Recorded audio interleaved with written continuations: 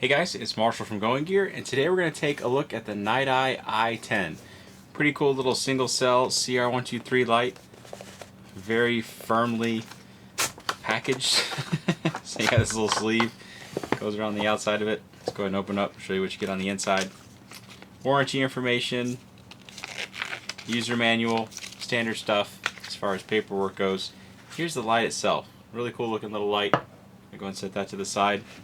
Other stuff that you get in here, so here is the lanyard, so you can use it to attach it to your wrist or wherever else, make it nice and secure. Here's the pocket clip. I'm actually going to pull that out because these are pretty nice.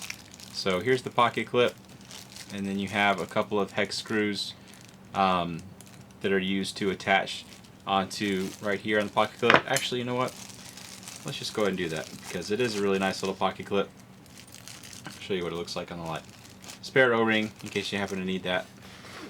We do not because the light's brand new. Alright, so let's pull the pocket clip out.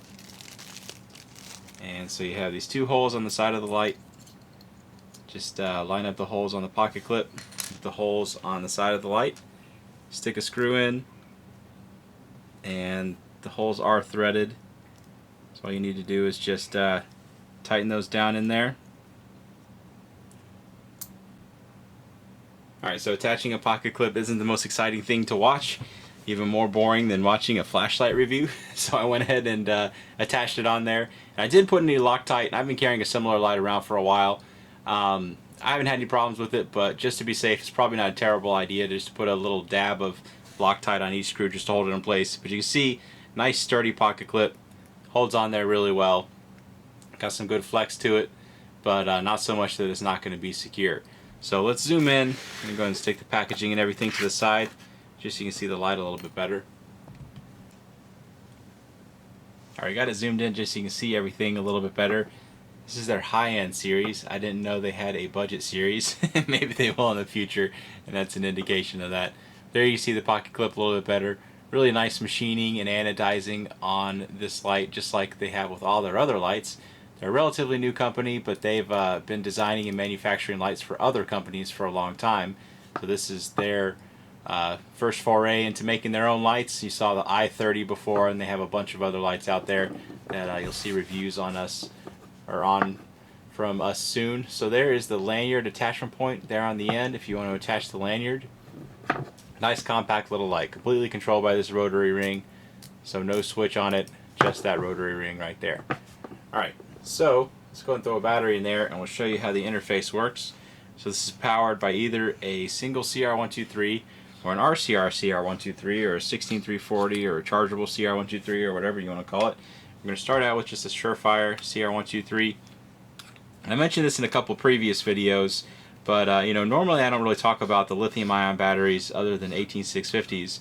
But since so many manufacturers are saying that it's okay to use them in their lights and they're specifically mentioning them in their specs, I'm going to start showing you what you can get out of the lithium-ion batteries, especially the more compact lights, because you can get pretty incredible output out of these tiny little compact lights. They get really hot really fast. The runtime's horrible, but the output's incredible. Just be aware of the dangers that you have with the lithium-ion batteries. Definitely something worth doing research into before you start using them. So anyway, again, you have this rotary ring here that you use to adjust the output, and you can see the first few clicks of it don't do anything, but then you start getting into where you're adjusting the output. Oops, unscrewed the battery tube. Need to hold on to the right part of it. So you can see when you're turning that, you've got it adjusting the output. Nice, quick and easy. You can do it one-handed, really easy to adjust to different outputs, and you can see it actually has some flashing modes in there as well when you quickly go back and forth. Okay, so the way to access the flashing modes is if when you have it turned on, just go through the, go down a few clicks and then go back up quickly twice, and you can go into strobe, and then going back, you can see it'll adjust the output of the strobe. We'll turn it off. And then when you have it turned on, if you do that 3 times, so 1, 2, 3, it'll go into SOS. So those are hidden modes. You can see you're not really going to access them unless you want to, unless you're just really quickly turning it off and on, which I don't know why people would do that a whole lot, but they are hidden, so it's not like something you're going to get into just using the regular operation of the light. And you can see if I'm just using it kind of slowly, it doesn't go into it. It's only when you do it quickly that it's going to go into the strobe or the SOS. So again, on the interface, completely controlled by this ring. You can hear the little detents in there, the little clicks. And as you turn it to the right, it gets brighter. Left, it gets dimmer. Quickly twice, we'll go into strobe. And then quickly 3 times, we'll go into SOS. So that's the interface for the Niteye EYE10. We're going to go and take this guy outside, and we'll show you how it does outside. And we're going to take a 16340 rechargeable lithium-ion battery with us as well, so you can see what it does with that. Okay, so we're outside with the EYE10. Got the big 40 mag light that I always use, and right now there's just a regular CR123 in there. We'll put the RCR123 or the 16340 in there in just a second, just so you can see how that does. Let's try out that 40 mag light first. Little bush at 15 feet, tree out there at 100 feet. Same as it always is. Let's try out the EYE10. So there you go. Whoops, accidentally unscrewed it all the way. So there is the light on high. A lot of light coming out of that. We'll zoom in just so you can see. It's a pretty big LED and a relatively small reflector, so this isn't going to be a super thrower, but still, compact light up something that far away, not bad at all. Definitely a really wide beam, definitely a useful beam because it's just lighting up a whole big wide area at once, and the spill around it is still pretty bright. Out at 100 feet, just the spill alone, you can see lights up that tree pretty well. Alright, let's try out a 16340 in this and show you how it does. Okay, got a 16340 in there, and I didn't show you this before, but it's going to be basically the same amount of light. You can see up close, I don't know how this shows up on camera, but I can't actually see the ground in front of me, so it's a useful amount of light on that lowest setting. Up close kind of stuff, it's perfect for that. And then when you need it, you just crank it up, and you get a whole heck of a lot of light. So that's what a 16340 gets you. Horrible, horrible runtime. It heats up really quickly, but a lot of lumens coming out of something so compact. So it's pretty cool that you can get a light this small with that much light coming out of it. And we're going to show you longer distance here in just a second, just to show you this thing actually has decent distance in such a compact light when you have the 16340 in it. So let's go ahead and try that. Alright, we got the EYE10, got some more distance to work with. Still have the 40 mag light, so we're going to try out the mag light and then the EYE10.